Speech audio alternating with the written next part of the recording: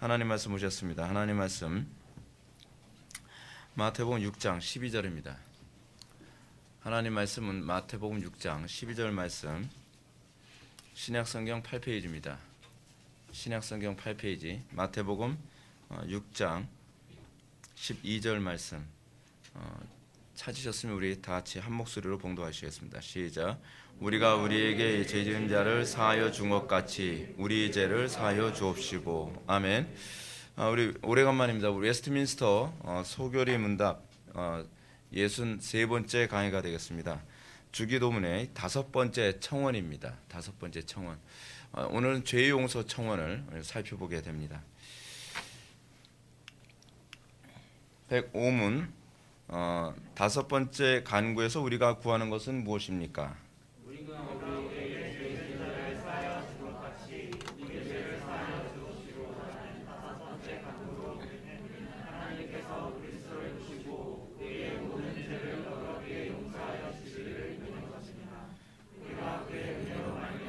다른 사람들을 진심으로 용서할 수 있게 그렇게 기도하고 은혜를 받습니다.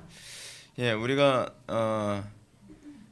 이제까지 그 주기도문의 청원을 하나씩 살펴보고 있는데요. 이번에 우리가 이제 살펴보게 될 것이 죄 용서에 관한 청원입니다. 죄 용서 청원에 대해서 우리가 오늘은 좀 생각해 볼 부분이 굉장히 많습니다. 우리가 죄 용서 청원에 관한 부분에 대해서 우리가 들어가기 전에 우리 한번 소개합니다. 전체 구조 오래간만에 다시 한번 볼까요? 신앙의 우리가 이 38문까지 신앙의 기본적 교리에 관해서 우리가 살펴봤습니다. 제가 누누이 말씀드리지만 기본적 교리에 관한 이해 없이 실천을 하는 것은 위선으로 가기가 쉽습니다. 한국교회가 지금 상당히 좀 어려운 문제가 있는 것이 뭐냐면 행동은 많이 강조하는데 행동을 어떤 원리로 또 무엇 때문에 어떤 그런 원리가 없이 행동의 실천만을 굉장히 많이 강조하는 경향이 한국교회 안에 팽배합니다. 제가 이제 부교육자 생활할 때도 그랬다 그랬죠. 교리 가르치지 마라. 그냥 윤리도덕 가르쳐라. 그 윤리도덕 가르치는 게 교회가 존재하는 목적이 아닙니다. 기독교인들은 도덕적이어야 되지만 우리가 도덕적인 것이 목적이 아닙니다. 우리가 자꾸 이걸 착각을 합니다. 도덕적이면은 기독교인이고 도덕적이면은 이것이 신앙이 좋은 거라고 생각을 하는 경향이 많이 있습니다. 그런데 그렇지는 않습니다, 여러분. 그게 이제 소위 필요 충분 조건은 아니에요. 도덕적인 것이고 신앙을 의미하는 것이 아니고 신앙이 도덕성을 내포하긴 하죠. 그러나 도덕적이라고 해서 그 사람이 곧 신앙인은 아닙니다. 그러니까 우리가 이걸 자꾸 착각을 하는 경향이 많이 있어요. 교회 안에 굉장히 도덕적이고 굉장히 봉사도 많이 하고 굉장히 자선도 많이 하니까 저 사람은 신앙이 좋은가 보다. 그렇지 않습니다. 신앙이 없어도 그럴 수 있습니다. 그냥 도덕적인 것 또는 율법주의적인 차원에서 도덕성을 추구하는 그런 사람일 수도 있다는 것을 기억해야만 합니다. 중요한 것은 그 도덕성의 근원이 어디서 나왔느냐가 중요한 겁니다. 항상 성경의 관심이 뭐냐면 우리의 출처를 믿습니다. 출처를 묻죠. 그 행위의 출처가 어디에 있느냐. 뭐 도덕적인 건 좋은데 그 도덕성이 어디서 나올 수도 있습니까? 다른 사람에게 내가 의롭게 보이기 위해서 또는 자기 스스로 자기 만족을 위해서 도덕적으로 살아가는 사람도 있죠. 예. 문제는 이 우리의 도덕성이라고 하는 것이 하나님과의 관계 안에서 나와야 된다는 사실입니다. 우리가 마태복음 7장에서 예수님께서 그런 말씀하신다 그랬죠. 내가 주의 이름으로 귀신도 쫓고 능력도 행하고 병도 고치는 그 사람들에 대해서 예수님께서 뭐라고 말씀하십니까? 여러분 그 부분이 여러분 산상수훈에 있는 부분입니다. 마태복음 6장이 우리가 지금 얘기하는 이 부분이 나오는 거고요. 이 기도에 관한 가르침이 나오고 그 7장에서 그 부분이 나오죠. 주의 이름으로 귀신도 쫓고 능력도 행하고 병도 고치는데 문제는 뭐냐면 불법을 행하는 자들아 내가 너희를 알지 못하느니라. 도덕적으로 사는 것도 좋고 귀신도 쫓고 능력도 행하고 뭐 전도 잘하는 거 좋은데 문제는 그것이 그리스도와의 관계 안에 있는 게 아니라는 거예요. 불법을 행했다라고 하는 것은 그리스도와의 관계 안에서 일어난 것이 아니라는 사실입니다. 기독교 신앙은요 항상 그 삶의 중심에 그리스도가 있어야만 합니다. 내가 그리스도와 어떤 관계의 상태에 있는가가 중요한 것이지 내가 얼마나 도덕적이고 내가 얼마나 주의 성수 잘하고 내가 얼마나 종교 행위를 잘하냐, 그것은 별로 의미가 없습니다. 그러니까 여러분들이 항상 점검을 해야 되는 것이 뭐냐면, 나는 그리스도와 항상 동행하는 삶을 살고 있는가, 그죠? 그래서 소결의 문답은 38문까지 무엇에 대해서 관심을 가져요? 그 모든 종교적 행위의, 신앙적 행위의 교리적 근거가 무엇인가에 관해서 철저히 가르치고, 그것을 기초로 해서 우리가 세상에서 어떤 행위라는 것, 어떤 선행을 하는 것, 어떤 탁월한 일을 하는 것이, 그것의 정당성이 그쪽에 있다는 것을 우리들에게 가르치고 있습니다. 그래서 흥미로운 건 여기서 이제 신앙행위에서 십계명, 은혜의 방편, 근데 기도가 맨 마지막에 나옵니다. 기도 없이는 사실은 우리의 실천이 불가능하다는 겁니다. 그래서 여러분, 주기도문은 이 산상수훈이 마태복음 5장, 6장, 7장이라고 이렇게 되어 있는데, 마태복음 5장, 6장, 7장 안에서도 주기도문이 어디 있습니까? 가장 중간에 있습니다. 예. 소위 그 데칼코마니처럼 말이죠. 딱 접게 되어지면 이 산상수훈의 5장에서 주기도문까지, 그리고 주기도문에서 7장의 끝까지, 이게 이렇게 싹 포개지는 그런 구조로 이루어져서 우리의 여러분, 이 사실 마태복음 5장에서 얘기하는 게 그거 아닌가요? 예수 그리스도의 율법의 재해석, 그것이 나와요. 예수 그리스도의 신약적 복음 안에서의 율법의 재해석이 나오고, 그 다음에 6장으로 넘어가서 뭐가 나오죠? 위선적인 바리새인들에 관한 얘기가 나오죠. 그리고 잘못된 경건에 대한 그 지적을 하죠. 금식에 관한 문제, 그리고 잘못된 기도 생활에 관한 문제, 바리새인들 또는 이방인들의 어떤 종교 생활에 관한 그런 문제들, 그런 것에 관한 지적을 하시고 나서 그 다음에 주기도문이 나오고, 주기도문 나오고 난 다음에 다시 이런 어떤 그 사이클이 또 다시 반복되어집니다. 그러니까 기도 없이 선행을 하는 거, 기도 없이 주의 일을 하는 거, 이거 의미 없다는 거예요. 여러분, 절대로 이거 잊지 마십시오. 제가 굉장히 좋아하는 문구가 있는데, 조지 뮬러가 하는 말이죠. 기도보다 앞서지 말자, 하나님보다 앞서지 말자, 성령님보다 앞서지 말자. 이거는 여러분들이 일평생 마음에 새기고 살아야 될 부분입니다. 하나님 없이 행한 것, 믿음으로 하지 않은 것, 이 모든 건 다 죄죠. 그러니까 우리는 자꾸 죄냐 아니냐를 무엇으로 규정합니까? 내가 얼마나 도덕적이었고, 내가 얼마나 헌금을 많이 했고, 내가 얼마나 주의 성수를 잘했고, 뭐 어떤 이런 외형적인 것을 가지고서 우리는 죄냐 아니냐를 우리는 측정하려고 애를 쓰는데, 문제는 우리를 심판하시는 주님께서는 근거를 그렇게 보질 않으신다는 거예요. 너의 삶 속에서 그 모든 행위 안에 내가 있었느냐, 나와 동행했느냐, 믿음으로 했느냐, 항상 이제 또는 사랑으로 했느냐, 항상 주님께서 보시는 건 동기를 보죠. 동기. 그리고 또 어떻게, 항상 그걸 보시는 거예요. 그래서 여러분, 기독교 신앙은 뭐냐면 과정 중심적이죠. 우리는 자꾸 어떻게 생각합니까? 우리는 과정 무시하고 무엇을 성취하면 그것이 신앙일 거라고 생각하죠. 그래서 자꾸 이렇게 얘기하잖아요. 뭐 이유, 어쨌든 우리 교회는 많이 모였어. 많이 모이면 성령께서 역사하신 거지. 이게 전형적인 궤변입니다.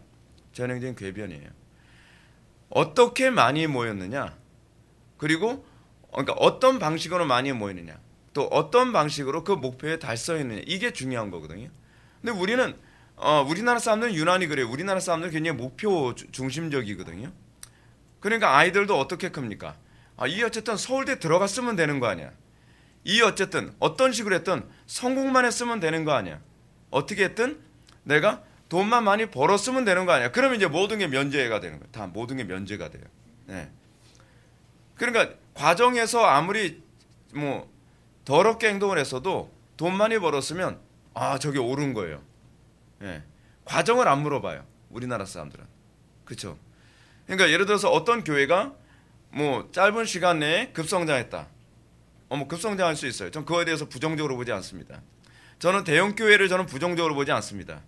대형 교회가 무조건 잘못됐다고 보는 것조차도 사실은 하나님의 주권을 무시하는 것이라든지, 그렇지 않으면 일종의 소위 마르크스주의적 그 계급주의 관점에서 해석하는 방식이 굉장히 많이 들어가 있어요.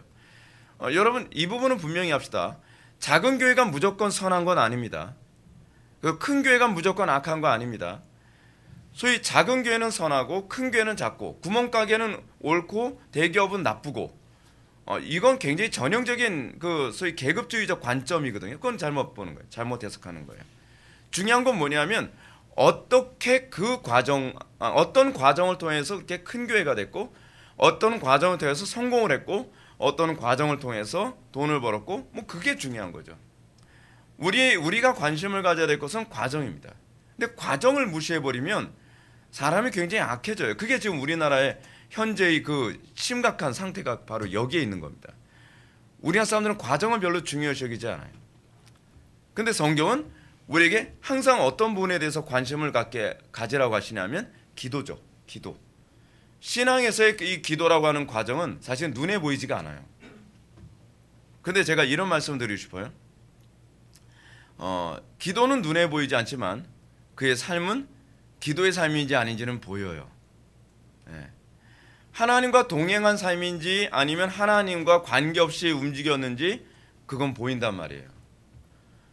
예수님께서도 모든 일을 결정하거나 모든 일을 행하실 때 항상 어떻게 하셨죠?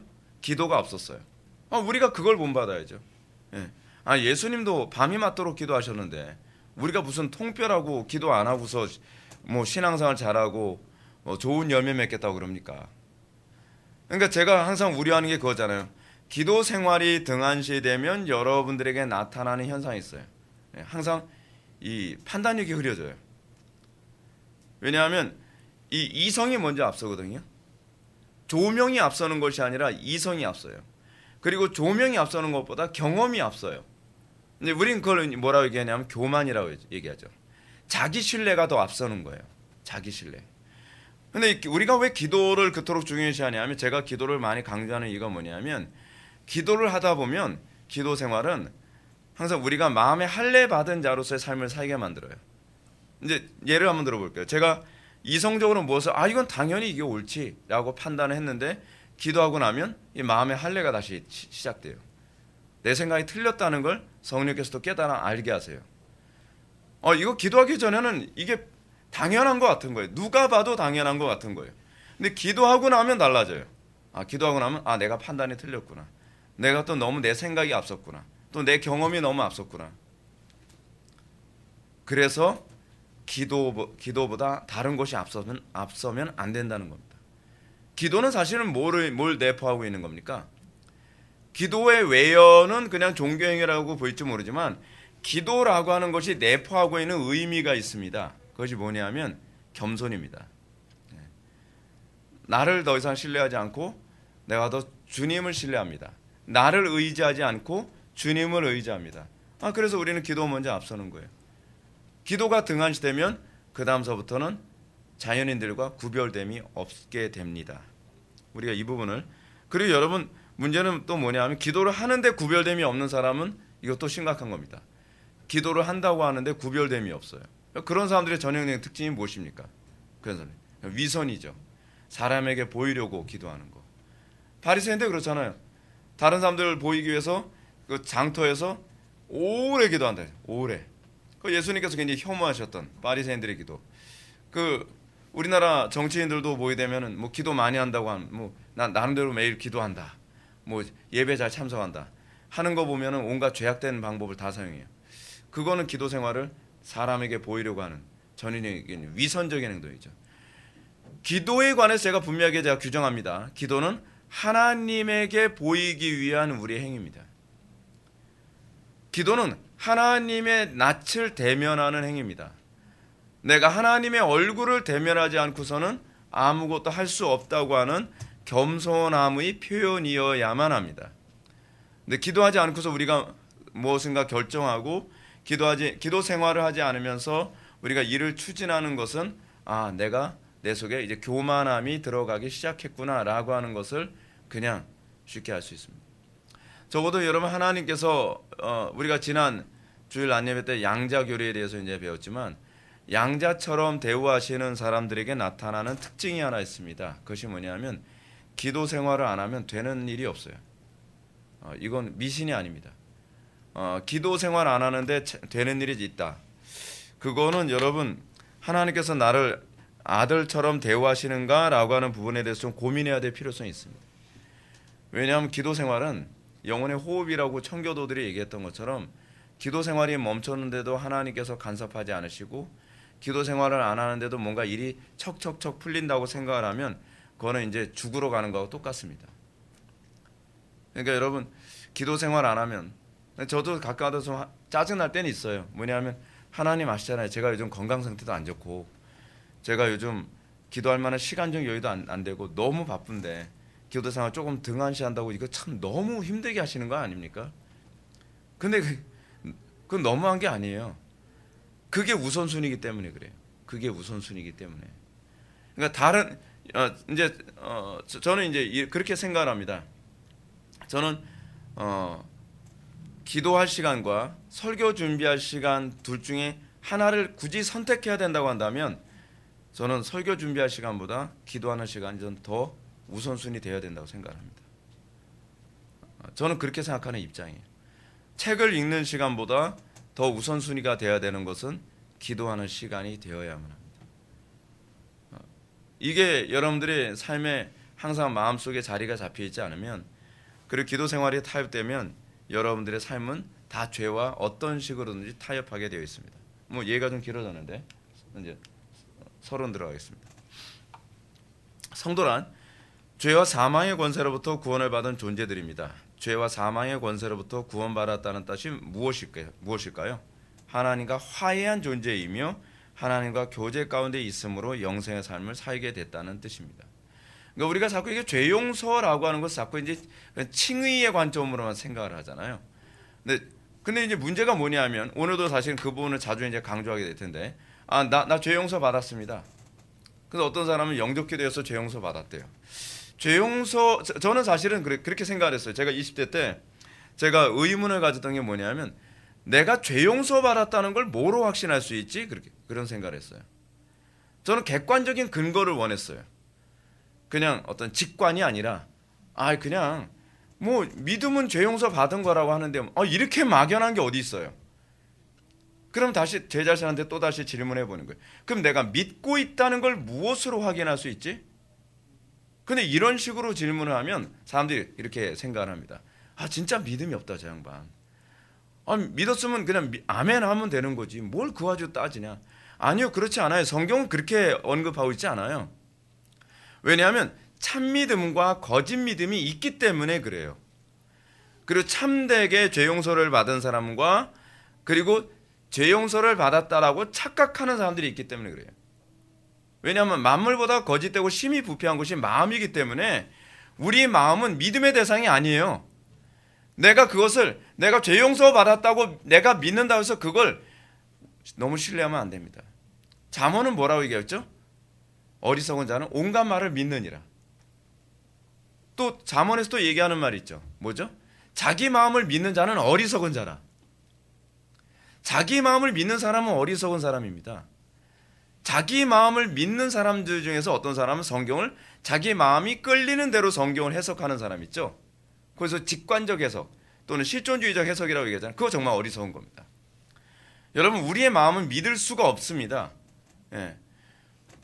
그러면 내가 진정으로 죄 용서를 받았고 내가 진정으로 믿음을 갖고 있다는 것을 무엇으로 알 수 있는가? 그래서 그 문제 아주 굉장히 고민 많이 했어요. 굉장히 고민 많이 했어요. 근데 성경은 그 부분에 관해서 어떻게 얘기하고 있냐면 오늘 이제 뭐 결론적으로 얘기한다면 이거죠. 이웃의 죄를 용서해주면 네가 죄의 용서 받았다는 것을 확증할 수 있는 근거라는 거죠. 그런데 이 부분이 내포된 의미를 아셔야 됩니다. 우리가 죄 용서를 받았다는 걸 알 수 있는 아주 객관적인 근거는 뭐냐면 하나님과 소위 화해하고 교제할 수 있는 관계에 들어갔다는 걸 의미하는 거예요. 죄 용서를 왜 해줬는지를 생각해 보면 내가 죄 용서를 받았는지 안 받았는지 알 수 있잖아요. 그렇잖아요. 내가 죄 용서를 하나님께서 우리의 죄를 용서해 주려고 하시는 이유가 뭐예요? 그럼 우리는 당연히 반사처럼 딱 나오는 게 있죠. 천국 가라고. 참. 물 한 잔 마시고 얘기할게. 요즘 기독교인들이 너무 생각이 그냥 심플해요. 근데 성경은 생각이 그렇게 심플하지가 않아요. 복음 자체가 뭐 심플하다고 해서 얕은 건 아닙니다. 굉장히 깊습니다. 굉장히 깊어요. 근데 소위 복음을 믿고 있다고 하는 사람들의 생각이 너무 단순하니까 안 믿는 사람들이 보기에도요, 예수 믿는 사람들은 되게 미련하게 보일 수밖에 없어요. 우직해서 미련하게 보이는 건 괜찮아요. 근데 미련해서 미련하게 보이는 건 진짜 심각한 문제라니까요. 근데 문제는 자기가 미련하다는 걸 의식을 못해요. 아, 그게 믿음이야. 근데 그게 믿음이 아니에요, 여러분. 그건 가짜 믿음이에요.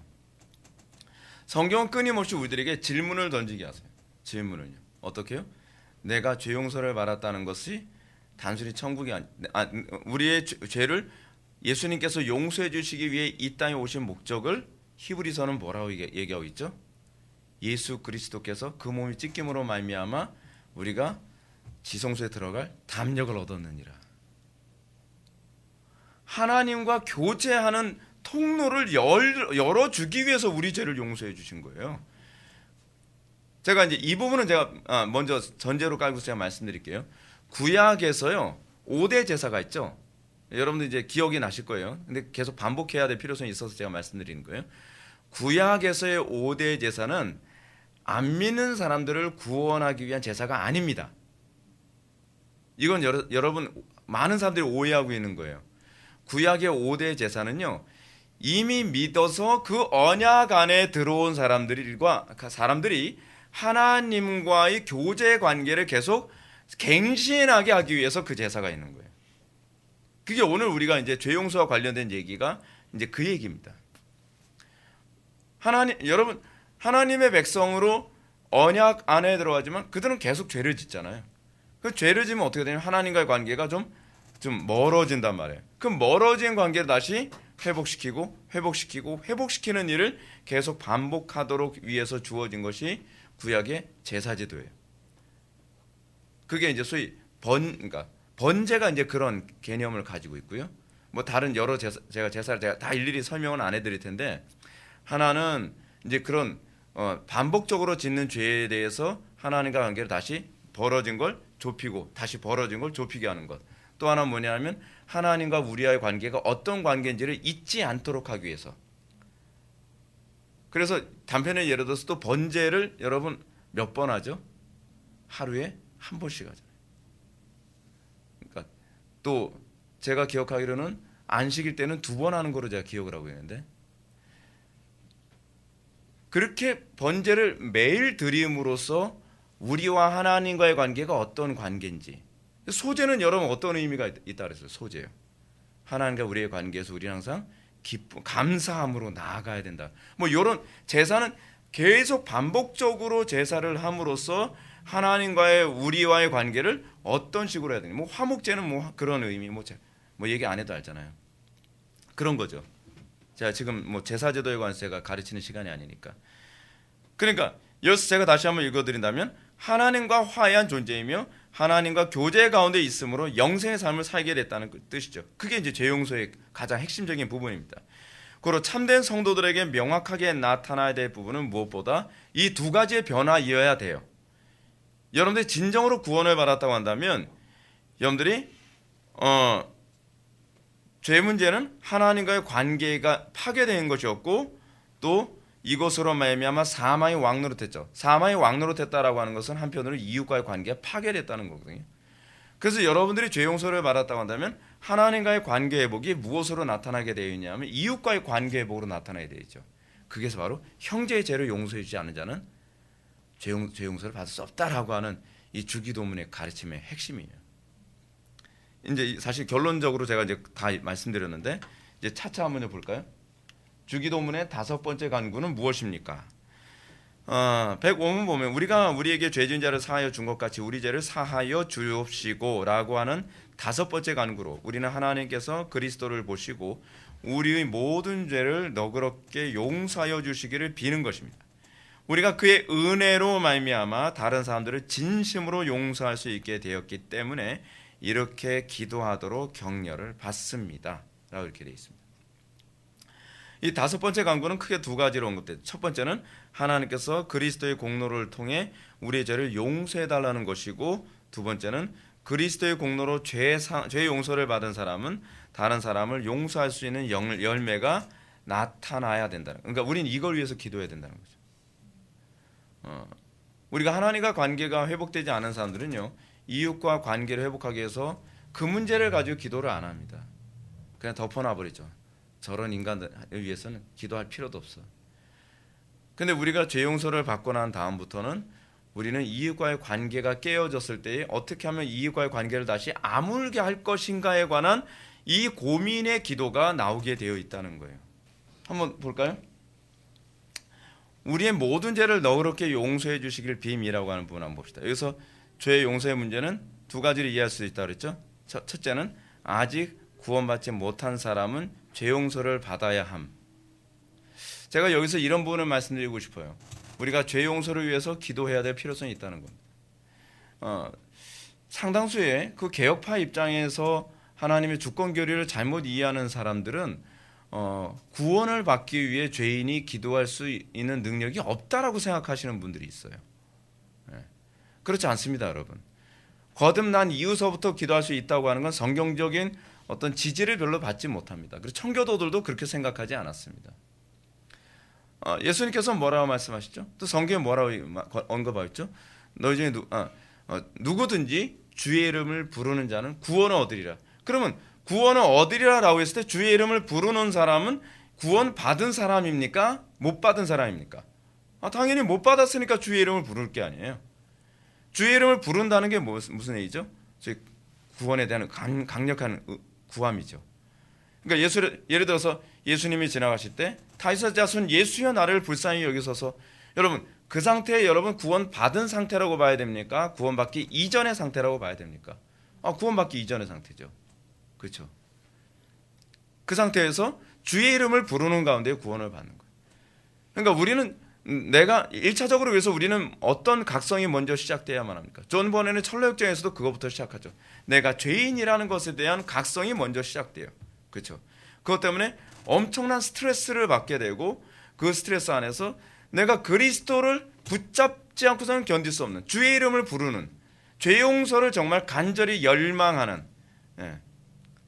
근데 이 청교도들의 책들이나 개혁파의 어떤 그 책들을 보게 되면 우리에게서 어떤 사람은 자기 죄에 대한 그 절망감으로 주의 이름을 부르게 되는 케이스가 있기도 하고요. 어떤 케이스는 전적 무능이라고 하는 그 인식 때문에 부르게 되는 케이스가 있어요. 근데 여러분 그 케이스가 성경에 다 나와요. 단편에 예를 들어서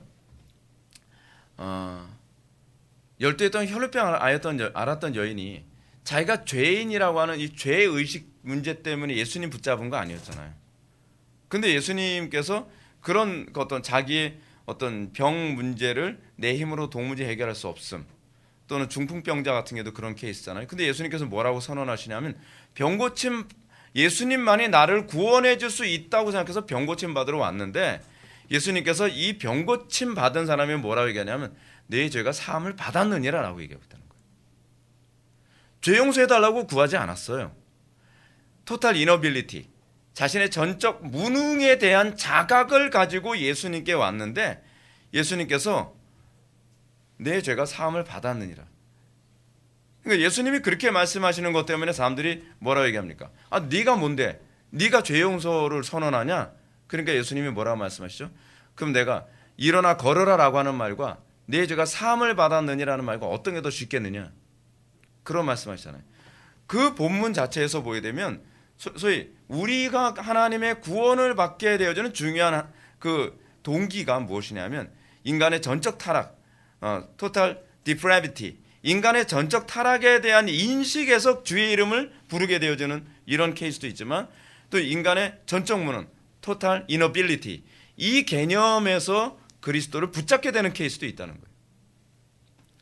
그러니까 여러분 그래서 우리가 소위 파이브 솔라가 아니라 그 튜울립 교리가 나오죠.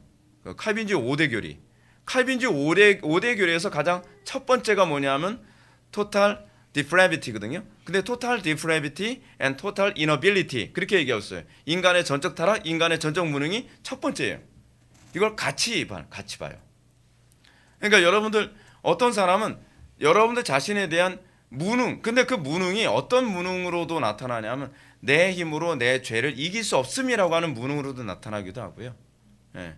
어떤 사람은 내 인생의 문제를 내 힘으로 해결할 수 없음, 온전히 그리스도만이 나를 구원할 수 있음이라고 하는 이런 관점으로 인식이 될 수도 있어요. 근데 그러면서 그리스도를 붙잡고 그러는 가운데 구원을 받게 돼요. 그러니까 저는 여러분한테 이런 질문을 던지고 싶어요. 여러분들 이런 고민하면서 예수 믿었습니까? 상당수의 그리스도인들이요, 이런 고민 없이 교회에 들어온 사람들이 엄청 많아요. 엄청 많아요. 그러니까 이 과정 없이 나름대로 구원을 받았다고 하니까 인생 살아가면서 기도를 안 하죠. 기도를 왜 해요? 내가 무능하다는 거, 내가 전적으로 악하다는 인식 없이 그냥 이름만의 그리스도인이 됐는데요. 여러분, 크리스찬은 언제서부터 크리스찬입니까? 전번에는 철로역정에서 보면 언제서부터 크리스찬으로 불러주죠? 소위 전도자를 만났습니다. 이 크리스찬이 자기 죄 문제 때문에 굉장히 고민하면서 막 스트레스 받고 있는데 전도자가 나타나가지고서 뭐라 얘기합니까? 왜 이렇게 힘들어합니까? 그러니까 자기 죄 때문에 그렇다고 얘기하죠. 그러니까 전도자 얘기하죠. 저기 빛이 그 좁은 문이 보입니까? 안 보이는데요. 그럼 저기에 빛이 보입니까? 네, 빛은 보입니다. 그럼 그 빛을 따라가십시오. 알겠습니다. 그 빛을 따라가는 것을 시작하니까 그 좁은 문을 향해서 걸어가기 시작하는 그 시점부터 뭐라고 얘기하냐면 그 남자는이 아니라 크리스찬이라고 이름을 해요. 그 이전에 소위 그 빛이 성령의 조명하심이나 그렇지 않으면 그 좁은 문이 보이기 이전 상태의 그 사람에 대한 이 사람 이름이 뭐였죠? 은혜 없음. 그러니까 좁은 문이 안 보이는 건요. 아니 예수 믿는 게 뭐가 고달파? 난 예수 믿어도 핍박 없던데. 난 예수 믿어도 그렇게 힘든 건 모르겠던데. 난 예수 믿어도 내가 죄인이라는 거 잘 모르겠고, 내가 예수 믿으면서 내가 그렇게 무능한 존재라는 걸 잘 모르겠던데. 은혜 없는 존재예요. 아직 은혜가 뭔지 모르는 사람이에요. 설교 시간에 좀 은혜 받았다. 그 은혜가 아닙니다. 네. 은혜를 받았다고 하는 건, 그리고 진정으로 그가 적어도 크리스찬이라고 이름을 불릴 수 있으려면 이제 성령의 조명하심을 받아 좁은 문을 향해서 걸어가기 시작한, 아직 거듭나지 않았어도 그 길을 걸어가기 시작하는 그 기점부터 그를 크리스찬이라고 불러주는 거죠. 근데 한국 교회는 크리스찬이라고 불러주기가 좀 힘든 사람들이 많아요. 그래서 여러분들 잘 모르시죠? 제가 설교할 때 제가 신자라는 말하고요, 교인이라는 말을 제가 좀 구분해서 사용합니다. 교인이라는 말은요, 크리스찬이라고 제가 차마 불러주기 힘든 사람 그런 표현할 때 제가 그냥 교인들 제가 그렇게 하기는 설교할 때요. 근데 사실은 신자가 되려면 그 사람은 좁은 문을 향해서 몸부림치고 걸어가는 그 시점부터가 사실 신자라고 불러줄 수 있는 거죠. 네. 하여간 여러분, 내가 아직 죄 용서를 받지 못했다라고 해야 되면 우리는 뭐 해야 돼요? 죄 용서를 위해서 우리는 구해야 돼요. 나의 무능함을, 여러분들의 무능함을 어느 정도로 느낍니까? 저는 개인적으로 그래요. 저는 죄에 대한 어떤 엄청난 그 스트레스 때문에 저는 이렇게 순례길을 걷게 된 것이 아니라 저한테 첫 번째로 온 건 전 전적 무능에 대한 자각에서부터 시작됐거든요. 전적 무능에 대한 자각에서 시작돼서 점점 더 깊이 들어가면서 저 같은 경우는 제 죄성에 대한 인식이 그 다음에 몰려오기 시작을 했어요. 무능 참을 수가 없어요. 자신의 무능에 대해서 너무 스트레스 받아서 내가 무능하다는 것, 내가 너무 무능하다는 것을 성령께서 너무 조명해 주시면 기분이 여러분 어떻습니까? 정말 살기 싫어요. 너무 괴로워요. 근데 그것 때문에 죽기 살기로 매달리는 거예요. 죽기 살기로. 내가 죄인이라는 것 때문에 괴로운 거 못지 않습니다. 그러면서 주의 이름을 부르고, 그러면서 그리스도를 가까이 한 만큼만 능력 있고, 그리스도를 가까이 한 만큼만 거룩해지는 모습을 보면서 우리가 이제 시간이 가면서 어떻게 되냐면 좀 그리스도인들이 좀 길들여져요. 어떻게 길들여지냐면 나는 기도 생활을 안 하고서는 살 수 없는 존재구나. 내가 하나님의 은혜 없이는 하루도 살아가는 게 무서운 거예요. 하나님의 은혜 없이는 내가 무엇을 결정하고 무엇을 하는 것이 너무 두려운 거예요. 예전에는 어땠죠? 내가 나름대로 능력 있고 나름대로 난 지혜롭다고 생각을 하니까 주님을 의지하지 않아도 별로 두렵지 않은 거예요. 별로 두렵지 않죠. 내가 결정하고 내가 판단하고 뭐 얼마든지 나 할 수 있는데 나 똑똑한데? 아니죠. 소위 토탈 이너빌리티, 토탈 디프레비티, 인간의 전적 타락이나 인간의 전적 무능을 자각하기 시작한 성도. 그래서 이제 그것에 대해서 하나님께 다름을 받기 시작한 사람들은 기도 생활을 안 하고 무엇을 결정하는 것이 공포처럼 밀려오기 시작을 합니다. 그래서 일평생 기도 생활을 놓을 수가 없는 거예요. 일평생. 여러분들에게 그 감각이 있기를 바랍니다. 예. 두 번째로 그러니까 죄 용서를 이미 받아 구원받은 사람은 날마다 죄 씻는 삶을 살아야 함을 이제 가르칩니다. 여러분 요한복음 13장 8절에 무슨 말씀 나오는지 여러분 아시죠? 그래서 제가 좀 읽어드리겠습니다. 요한복음 13장 8절 잘 아시는 것처럼 13장 8절은 세족식 나오는 부분이죠. 여러분 세족식 이거 하신 예수님께서 제자들의 발을 씻겨주신 이유가 무엇입니까? 사람들이 이렇게 얘기하죠. 15절 보게 되면 내가 너에게 행한 것 같이 너희도 행하게 하려 하여 본을 보였노라. 오케이, 이제 발 씻겨주자. 그 얘기 아니잖아요. 그렇죠? 뭐죠? 내가 너희들의 죄를 날마다 씻겨준 것처럼 너희도 형제의 죄를 날마다 용서해줘라, 그 얘기거든요. 문맥이 그 얘기잖아요. 문맥이.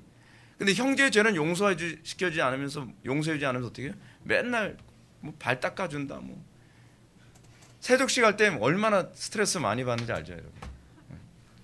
어느 교회에서 뭐 세족식 한대요. 세족식 한다 그러면은 이제 뭐 특히 이제 여자 성도님들 막 스트레스 오죠. 발가락 사이는 때까지 막 빡빡 밀고서 와요. 때 밀릴까봐.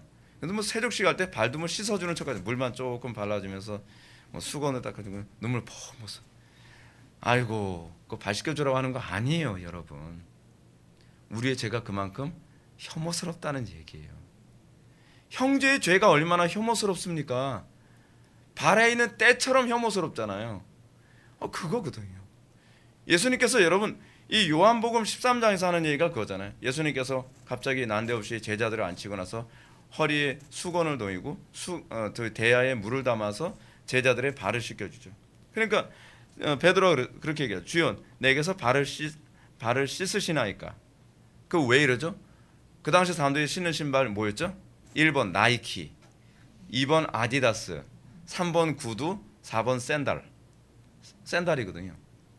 샌달 신고서 도로 포장도 안 되는데 그냥 더러운 데를 항상 다니니까 발이 그냥 진짜 더티하거든요. 그 더티한 발을 주로 누가 씻겨줬죠? 종들이. 그래서 둘로스. 그 종들이 주로 이제 발을 씻겨줘요. 이렇게 손님이 딱 들어오면 종들이 이제 발을 씻겨준단 말이에요. 근데 예수님이 너무 더러운 그 발을 씻겨주러 오신 거예요. 그러니까 제자들이 그런 얘기하는 거죠. 베드로가요. 그러니까 예수님께서 이렇게 말씀하시죠. 내가 하는 것을 내가 지금은 알지 못하나 이후에는 알리라. 이때는 납득을 못한 거죠. 아마 이때 요걸 납득하지 못하고 너희도 이같이 행하게 하려 본을 보였노라라고 했을 때는 우리도 다른 형제의 발을 씻겨줘야 되나 보구나 그렇게 생각했을지 몰라요. 한국 교회처럼요. 그래서 여러분 주로 이제 세족식 주로 어디서 많이 하죠? 가톨릭에서 많이 하죠. 뜨레스디아스 할 때. 뜨레스디아스 하면서 세족식 꼭 들어가요. 알파 같은 거 할 때도 세족식 꼭 들어갑니다. 왜냐하면 세족식 해주면 사람들 다 울거든요. 눈에 그냥 수도꼭지 열어놓은 것처럼. 그 분위기 또 있잖아. 막 반주 막 하고 뭐 온갖 슬픈 곡, 그 마이너 곡으로 막 반주하고 그러면 막 눈물 펑펑 쏟고 뭐 거기다 뭐 담임 목사님 발 씻겨주다 어머 쑥스럽게 나 같은 다 웃기는 얘기입니다. 그 발 씻겨주라는 거 아니에요. 전 여러분들 발 씻겨주고 싶지 않아요. 그냥 개인적으로 씻으세요. 제발 씻겨도 바쁜데. 그러잖아요. 그러니까 예수님께서 뭐라 말씀하십니까? 내가 너를 씻어주지 아니하면 내가 나와 상관이 없느니라. 여기서도 이제 잘 납득이 안 가는 거죠. 왜 예수님께서 내 발을 안 씻겨주시면 나와 상관이 없다는 것인가? 그러니까 베드로가 아직 납득이 잘 안 되니까 주여 내 발뿐 아니라 손과 머리도 씻어 주옵소서. 그러니까 예수님께서 이러시죠. 이미 목욕한 자는 베드로 찔렸을지도 모르겠는데 아직 나 목욕을 근데 지금 이미 목욕한 자는 발밖에 씻을 필요가 없느니라. 온몸이 깨끗하니라. 너희가 깨끗하나 다는 아니니라. 너무나 명확하죠. 이 문장이 얘기하고 하는 게 소위 세례의 개념을 여기서 보여주는 거잖아요. 세례. 그렇죠? 세례가 뭐죠? 씻을 세자 쓰잖아요. 씻는 예식이잖아요. 너희가 이미 죄가 다 씻겼느니라. 근데 죄를 씻겼는데 그러면 우리는 그렇게 생각하죠. 여러분 죄 씻겼다는 얘기를 이렇게 이해하셔야 됩니다. 우리는 과거의 죄가 씻김 받은 거 믿으셔야만 합니다. 또는 현재의 죄도 씻긴 거 믿으셔야만 합니다. 우리는 앞으로 지을 죄도 다 씻겼다는 걸 믿어야만 합니다. 우리의 죄는요, 과거, 현재, 미래의 모든 죄를 다 씻김 받은 겁니다. 이걸 잘 이해하지 못하는 사람은 이게 이런 생각을 합니다. 내가 죽을 때 회개하지 못한 죄가 있는 상태 죽으면 지옥 가지 않을까, 이런 생각을 하는 사람이 있어요. 그거는 잘못 이해하는 거예요. 예수님께서는 이미 온몸을 깨끗하게 씻겼습니다. 깨끗하게 씻겼어요. 근데 뭐라고 얘기하고 있죠? 온몸이 깨끗하게 씻겼으나 발을 씻지 아니하면 어떻게 된다고 얘기합니까? 너희가 나와 상관이 없느니라. 그렇죠? 내가 너를 씻어주지 않으면, 내 발을 씻어주지 않으면 내가 나와 상관이 없느니라. 우리가 날마다 발을 씻듯이, 발 씻는다는 얘기가 무슨 얘기입니까? 일상의 삶 속에서 우리는 계속 먼지가 내 발에 들어오는 건 이걸 막을 재간이 없거든요. 그렇죠? 그 당시 신발 상태에서는 더욱더 그렇잖아요. 그런 거죠. 우리의 죄는 그냥 내가 원하든 원치 않든 아무리 조심한다 할지라도 내 발의 오염을 막을 재간이 없죠. 그럴 때 우리는 어떻게 돼요? 또 예수님께 와서 발을 씻겨야 된다는 거예요. 그게 예수님께서 여기에 얘기하는 거죠. 그럼 뭐예요? 날마다 우리는 소위 주기도문의 용서청원이죠. 많은 사람들이 여기서 오해하는 경향이 있어요. 어떤 그 신학자들도 그 오해해서 이렇게 얘기합니다. 우리는 죄 용서를 받았다 하지만 우리는 날마다 죄 용서를 구해서 죄 씻음 받지 않으면 구원받지 못한다라고 생각하는 사람도 있어요. 그럼 본문을 오해한 거예요. 여기서 우리가 날마다 구원받은 신자가, 또는 지금 제자들에게 준 본문이잖아요. 구원받은 신자가 날마다 죄를 씻어야 된다는 것은 하나님과의 관계의 지속성 때문에 그렇습니다. 우리가 죄를 범하면 이미 구원받은 성도라 할지라도 우리는 주님과 관계없는 상태가 돼버려요. 지옥 간다는 얘기 아닙니다. 지옥 간다는 얘기 아니에요. 주님과 관계없는 데서. 그래서 이제 그런 사람들의 특징이 뭐냐면 거듭난 사람인데도 불구하고 자연인처럼 살아가요. 그리스도와 함께하는 증거가 안 나타나요. 그 날마다 죄 씻는 삶을 살지 않아서 그런 거죠. 자, 근데 흥미로운 건 주기도문의 개념이 여기서 그대로 나옵니다. 그래서 예수님께서 뭐라고 얘기합니까? 너희도 행하게 하려 함이라. 형제의 죄를 용서하게 하려 함. 그렇죠? 형제의 죄를 용서하게 하기 위해서 소위 이 세족식에 발 씻는 예식을 하는 거죠. 그러니까 우리는 날마다 지은 죄를 그리스도께 내어놓고 날마다 우리는 죄 씻는 삶을 살아가고, 또 우리는 형제들과의 관계 안에서 형제들의 죄가 마치 우리들의 발에 있는 그 때처럼, 그 오염된 것처럼 더럽고 추하지만 그 발을 씻겨주는 그 마음으로 우리는 형제를 대해야 된다는 거죠. 어떤 사람이 그렇게 해요? 예수님으로부터 발 씻김 받은. 어떻게 송구스럽게 나 같은 죄인을 예수님의 감히, 예수님께서 내 발을 씻겨주셨는가? 그거를 기억하는 사람은 어떻게 하죠? 당연히 나보다 더 잘났거나 나하고 다 거기서 거기인 형제들의 발을 씻기는 걸 얼마든지 할 수 있는 거죠. 사실 그걸 지금 얘기하고 있는 겁니다. 이 두 가지 태도는 자신의 죄에 대한 분명한 자각과 이해에 대한 각성에서 출발하죠. 첫 번째는 회심과 관련된 부분이라면, 두 번째는 이미 죄 용서를 받은 신자들이 하나님과 관계 회복을 위해 죄 씻는 삶을 반복해야 됨을 가르치고 있습니다. 만약 반복적으로 죄 씻는 상태로 돌이키지 않는다면 주님과 관계없는 사람이 되는 거죠. 날마다 죄 씻는 삶, 날마다 우리가 하나님과 우리는 날마다 하나님과 관계 자꾸 멀어지죠. 우리 일상의 삶 속에서 원하든 원치 않든 눈으로, 귀로, 입술로, 행동으로 우리는 계속적으로 죄를 범하고 생각으로 죄를 범하기 때문에 하나님과 관계가 멀어지는 거 주님께서 다 알고 계세요. 이해하세요. 여러분들 그러지 않나요? 여러분들 맨날 일주일 동안 죄 짓고 나면 제가 진짜 전 인간이 아니에요. 난 짐승이라 사람의 무슨 그럴 필요 없어요. 다 알고 계세요. 주님께서요. 우리가 날마다 죄에 오염돼서 날마다 쓰러지는 근데 저는 아닐 거예요. 아니 주님께서 얘기하는 그 죄에 관해서는요. 거듭난 그리스도인도 어떤 죄든지 다 용서해 줄 준비가 되어 있어요. 중요한 건 우리가 그 죄를 날마다 씻기 위해 그리스도께 나아갈 줄 아는 겸손함이 있어야 된다는 거죠.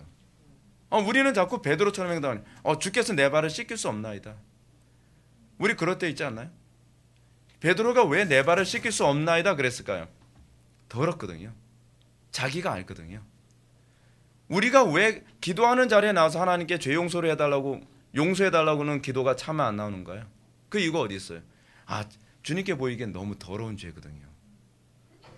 너무 누구한테도 얘기하기 너무 추잡한 죄거든요. 그 모습을 그때로 우리들에게 보여주고 있죠. 근데 내놓는 게 신앙이라는 거예요. 겸손하게 내놓고 씻겨 주십시오. 내 발을 씻겨 주십시오.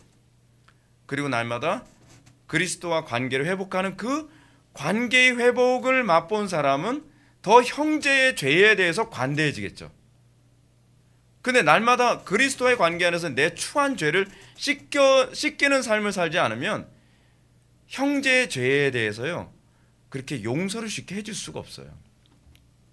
내가 의로워서가 아니라 내 추한 죄를 그리스도께 열어내서 보여준 적이 없기 때문에 그런 거죠. 근데 여러분 그리스도께 내 더러운 죄를 속속히 그냥 구석구석에 있는 여러분 주님 제가 생각으로 범죄했고요. 제가 눈으로 범죄했고요. 그런 걸 하나하나 세밀하게 하나님께 다 드러내고 죄 용서를 받고 죄 씻음을 받고 났다고 한다면 형제가 여러분 눈으로 어떻게 범죄인지 아나요? 귀로 어떻게 범죄인지 알긴 하나요? 무슨 생각으로 범죄인지 알긴 하나요? 우리는 기껏해야 외형적으로 인상 쓰고 상처받는 말하고 그런 정도로밖에 안 보인단 말이에요. 그러니까 내 죄보다는 낫다고 보이게 되어지는 거예요. 자동적으로요. 그럼 용서하게 되는 거죠. 품을 수 있게 되는 거죠. 그래서 교회가 그러면서 저희 하나의 유니티를 형성할 수 있게 되는 거예요. 형제가 서로 연합할 수 있게 되는 것이죠. 자, 칭의에 관한 얘기 잠깐 얘기합시다. 법정적 의임으로써 의롭게 됨. 우리는 본래 의롭지 못하죠. 하지만 그리스도의 의가 신자에게 전가돼요. 신자에게 전가됐다라고 하는 것이 사도 바울은 어떤 표현을 사용했냐면 그리스도로 옷 입음이라고 하는 표현을 이제 사용했죠. 그 은혜로 말미암아 의롭다 선언을 받습니다. 이것은 예수 그리스도의 대속과 희생이라고 얘기하죠. 히브리서 10장 14절 보면 그가 거룩하게 된 자들을 한 번의 제사로 영원히 온전하게 하셨느니라. 우리의 죄는 한 번의 죄로 한 번의 그 용서로 그리스도의 용서로 말미암아 한 번에 온전해졌어요. 그래서 제가 말씀드리는 게 과거에 지은 죄. 여러분 과거에 지은 죄 어떤 거 생각이 안 나서 회개 못한 거요. 그랬다고 해서 여러분 지옥 가는 거 아닙니다. 여러분들이 하나님 앞에 이제 내가 회개 못했고 이제 회개 못했으니까 지옥 가는 거 아닌가요? 우리의 어떤 그 얼마나 많이 용서를 구했느냐를 통해서 천국 가냐 지옥 가냐를 결정하는 것이 아니라 그리스도로 옷 입었냐 옷 입지 않았느냐가 천국 가냐 지옥 가냐를 결정하는 겁니다. 구원받냐 구원받지 못하냐는 저희 칭의가 결정하는 거예요. 그리스도로 옷 입음. 그러니까 제가 이제 사실은 제가 20대 초반 때까지 제가 이제 신학하기 전까지만 하다가 제가 좀 거칠었었거든요. 제 꿈이 파이터였어요. 근데 제가 그때 이런 생각을 했어요. 만약에 제가 항상 이렇게 누구하고 싸울 때 제일 두려운 게 뭐였냐면 싸우다가 죽으면 지옥 가는 거 아니야? 이제 그게 항상 제 속에서 공포처럼 작용을 했었어요. 이게 싸우다 죽으면 안 되는데 뭐 그런 거 있잖아요. 근데 여러분 그렇다고 해서 싸우다 죽어도 천국 가는구나 그 생각하지 마세요. 제가 싸움을 독려하는 건 아닙니다. 우리가 천국 가고 못 가고는요, 이미 우리는 그리스도께서 우리의 과거, 현재, 미래의 모든 죄를 다 용서해 주셨기 때문에 그 죄들이 우리를 구원받고 못 받고를 결정하지 않아요. 여러분들이 진정으로 구원받고 나면 그 다음서부터 여러분들이 관심을 갖게 되는 건 뭐냐면 관계예요. 하나님과 관계. 근데 소위 칭의 되지 않은 사람, 소위 아직 죄 용서를 경험해보지 못한 사람들의 특징이 뭐냐면 그리스도와 관계가 소원해져도 불편하지가 않은 거예요. 그러니까 자꾸 어떤 얘기가 나오냐면 그래 한 번 구원은 영원한 것, 무슨 해병대입니까? 자꾸 이런 식으로 해석을 하는 거예요. 한 번 구원은 영원한 구원이니까 이제는 막 살아도 뭐 천국 간다면서요. 그 소리 하는 사람들 보면 딴 사람은 당신은 못 가요 얘기해 주시고요. 그 사람은 못 가요. 왜냐하면 이제는 더 이상 우리는 구원받기 위해서 거룩하게 사는 게 아니거든요. 하나님과의 관계가, 그 사랑의 관계가 깨질까 봐. 그 관계에 대한 실질적 감각이 생긴 존재들이거든요. 그래서 그분을 더 기쁘시게 해드리고 그분과 더 가까이 하고 싶어서 우리는 더욱더 거룩함을 추구하게 되는 겁니다. 맨날 사람들이 이렇게 하면 천국 가나요? 지옥 가나요? 그런 거 물어본 사람은 지옥 갈 것 같더라고요. 제가 보기에. 진짜 우리의 관심은 천국 가나요? 지옥 가나요가 아니라 이렇게 하면 하나님께서 기뻐하실까요? 주님께서 마음 아파하실까요? 이제 관심사가 좀 바뀌어야죠. 바뀔 수밖에 없죠. 그죠? 두 번째로 하나님과 올바른 관계로 회복됨. 하나님과 올바른 관계로 회복됐다는 것은 먼저 하나님이 그 백성들에게 의무를 다하고 신실하심을 말합니다. 이게 칭의가 가져다주는 중요한 개념이에요. 여러분, 칭의가 단순히 의롭다 칭함을 받았으니까 이제 내 멋대로 살아야 된다, 그 개념이 아닙니다. 신학을 너무 모르니까 사람들이 그런 얘기를 하는데 항상 여러분 구약에서는 이런 표현이 납니다. 너희들이 이렇게 하면 이제 언약을 먼저 얘기해요. 그럼 내가 너희 하나님이 되고 너희는 나의 백성이 되리라. 소위 이제 이것을 구약에서 어떤 수거로 얘기하냐면 하나님의 백성 삼음이라고 하는 일종의 수거처럼 사용해요. 그러니까 구약에서는 이런 표현이 굉장히 자주 나오고 선지자들이 예언할 때마다 이렇게 하면 언약이 먼저 나오고 그러면 너희가 나는 너희 하나님이 되고 너희는 내 백성이 되리라. 이게 무슨 얘기냐면 내가 너희들에게 하나님 노릇 해주겠다. 근데 너희들은 백성이 뭐죠? 법 지켜야 된다는 거죠. 그렇죠? 근데 법을 안 지키면 하나님 노릇 해줘야 될 그 의무가 없어지는 거예요. 하나님은 끊임없이 하나님 노릇 해주시죠. 근데 그들이 만약에 주의 계명을 지키지 않고 법을 지키지 아니하시면 하나님께서는 그들을 더 이상 하나님 노릇 안 해줘요. 대적들이 그들을 칠지라도 하나님께서 그냥 관망만 하시죠.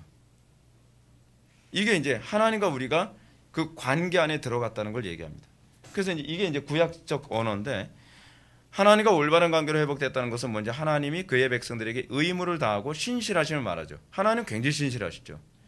인간편에서는 옛 아담과 다르게 하나님께 대한 관계의 의무를 다함으로써 샬롬을 이루게 되었다는 겁니다.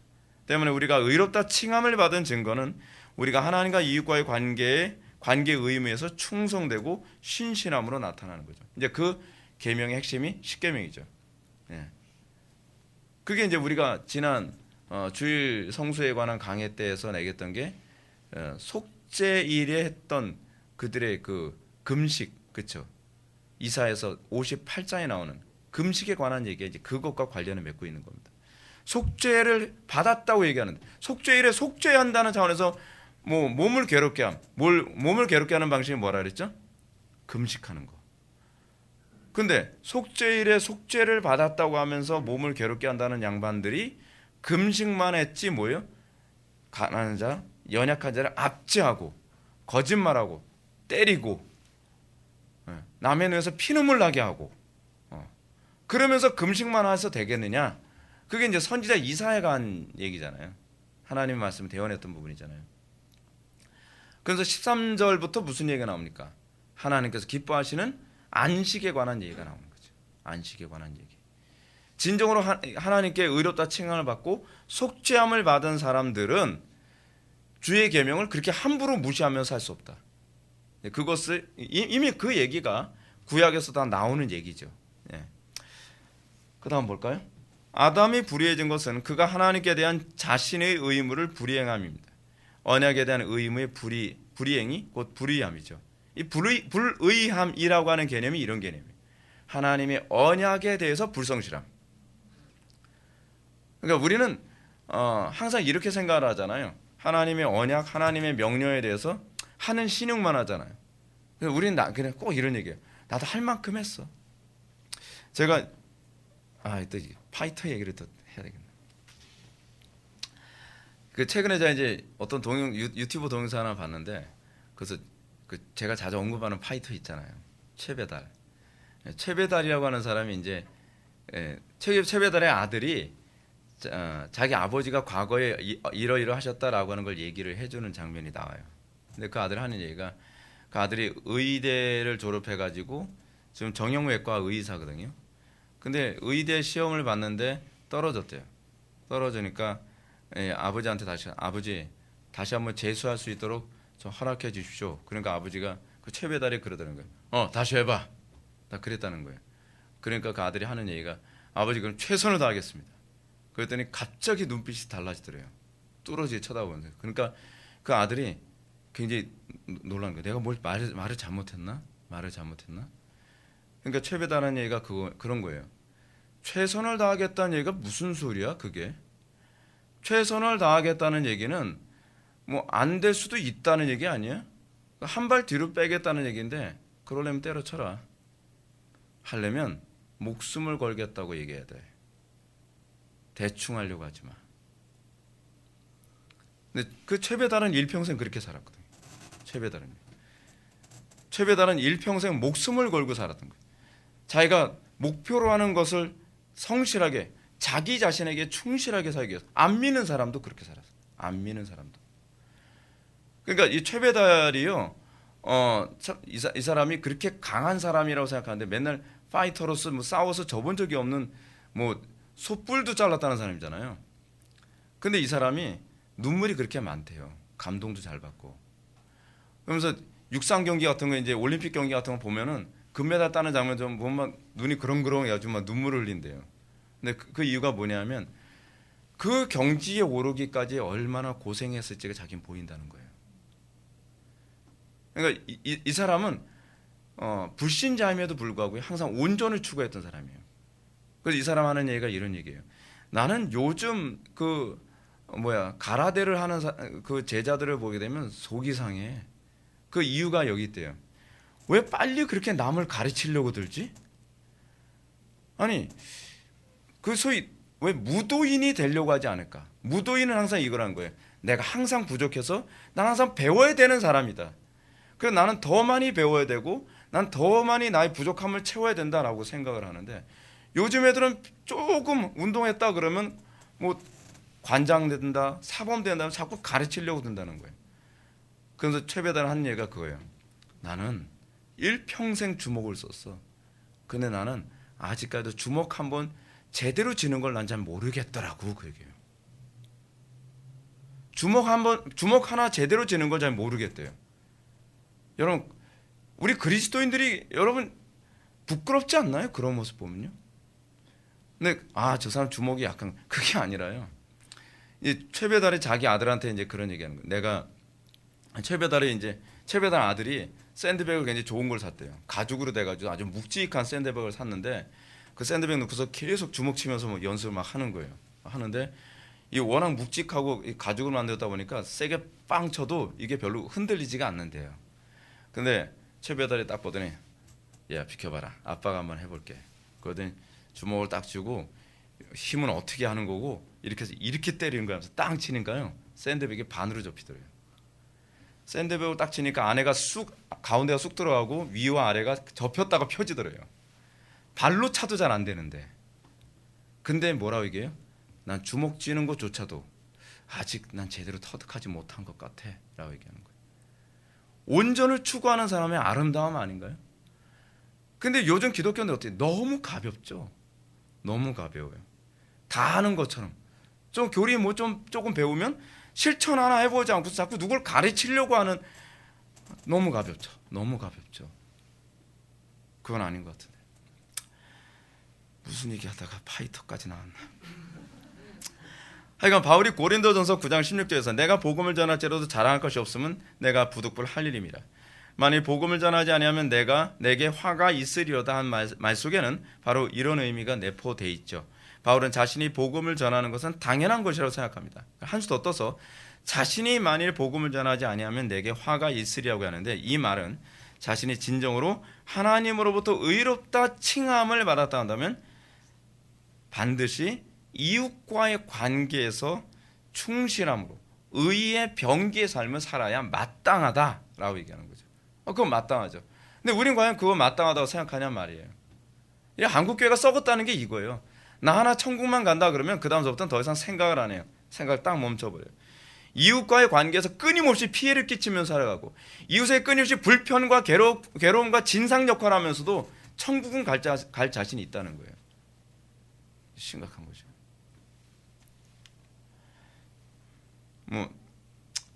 만일 자신에게 부여된 관계 의무에 불충하여 하나님의 나라에 피해를 주고 사단의 나라에 유익이 되게 한다면 자신은 불의의 병기로 쓰임받는 것이므로 이 자체로서 자신이 하나님과의 관계 의무의 불성실함을 드러낸다라고 본 거죠. 이런 증상은 자신에게 화가 된다고 봅니다. 왜냐하면 어쩌면 이런 증상은 자신 속에 은혜 없음을 증명하는 것일 수도 있기 때문이죠. 그렇죠? 바울은 빌립보서 3장 11절부터 14절, 이건 그냥 패스할게요. 자신의 구원을 맹신하기보다는 날마다 자신 속에 하나님의 은혜가 있는지를 신중하게 검토하는 태도를 견지했다는 것을 기억하셔야 됩니다.